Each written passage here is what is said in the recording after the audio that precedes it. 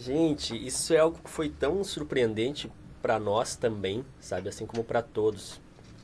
Eu confesso que eu nunca tinha pensado na vida que eu seria um pai adotivo, nunca. Mas quando a nossa igreja, a Igreja Colheita de Sapiranga, abriu a Casa da Criança em julho de 2011, a gente acabou de casar. A gente casou em fevereiro, a Dani foi morar em maio, em Sapiranga, e logo a igreja abriu uma casa de criança. Nós tínhamos 28 e 27 anos, recém-casados.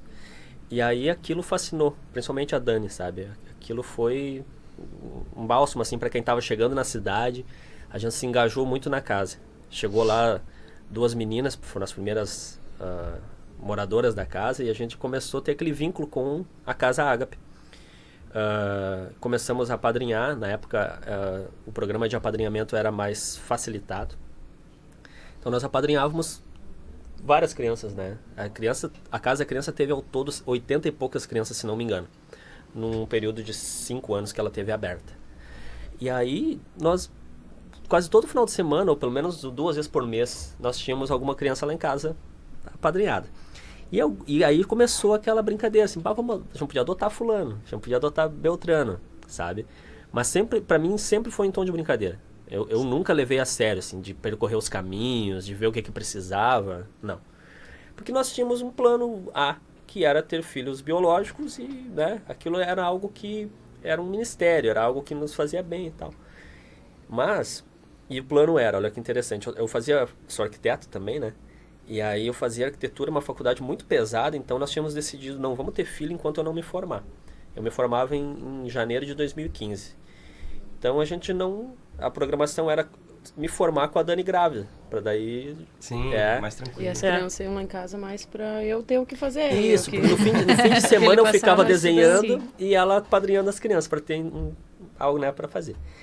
E aí, nesse ínterim, olha, eu me formei em janeiro de 2015. O Wagner chegou na Casa da Criança em abril de 2014. Ele e mais 3 irmãos. E chegou na Casa da Criança, era um menino que não falava. Tu estava na casa nessa época? Estava, recebi o Wagner. A Mônica era mãe social lá. E eram 4 crianças com as respectivas idades. 2, 4, 8 e 10. Ou 6, 7 e 9, assim. Acho que a Vitória 9, isso. O Victor... Tô falando o nome da galera, mas são todos adotados, estão todo mundo feliz da vida. Vitória 9, Victor 7, Wagner 4, Dudu 2. Isso.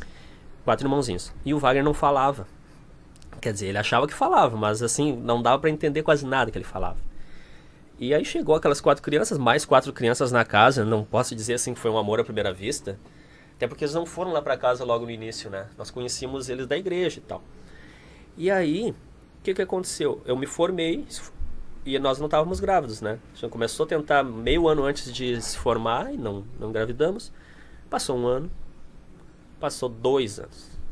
E aí, em 2 anos tentando engravidar, tu já faz... Sim, começa os questionamentos. Tu faz nós já estávamos fazendo todos os exames que existem, né?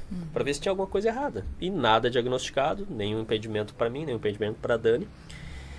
Aí nesse período, né, de 2 anos que ele teve abrigado, que ele teve na Casa da Criança, aí nós começamos a conhecê-lo mais. E nós começamos a entender o propósito de Deus nessa história, de nós não engravidar e de surgir o Wagner, sabe?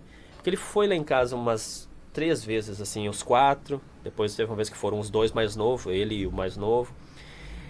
E ele falava tão mal que as pessoas não davam muita bola pra ele. Ele tentava se comunicar e quem não decodificava não conseguia conversar com ele. E acabavam deixando... que ele tava falando. Exatamente.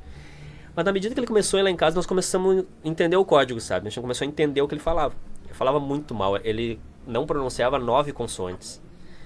Mas ele era muito comunicativo, né? Ele era muito conversador. Ele queria conversar. Falava do jeito na cabeça que ele dele conseguia. Ele tava falando tri bem, mas ninguém entendia.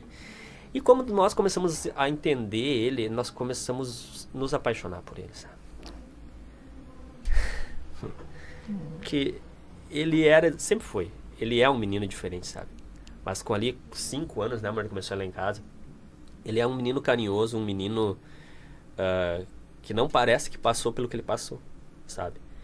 E aí começou pela primeira vez vir um desejo sério no coração, assim, de adoção. Nós começamos a conversar. Fazia carinho no Magnus, assim, passava a mão. A gente tava sentado, né, no sofá, fim de semana, que ele passava lá. Tem cabelinho, ele dizia, né? Que pelinho. Ele falava tudo errado. Que pelinho no que eu... Ele falava. Ai. E aí, cara, isso foi finzinho de 2015. Finzinho de 2015, quando a gente começou a conversar sério, assim. A considerar a possibilidade da adoção.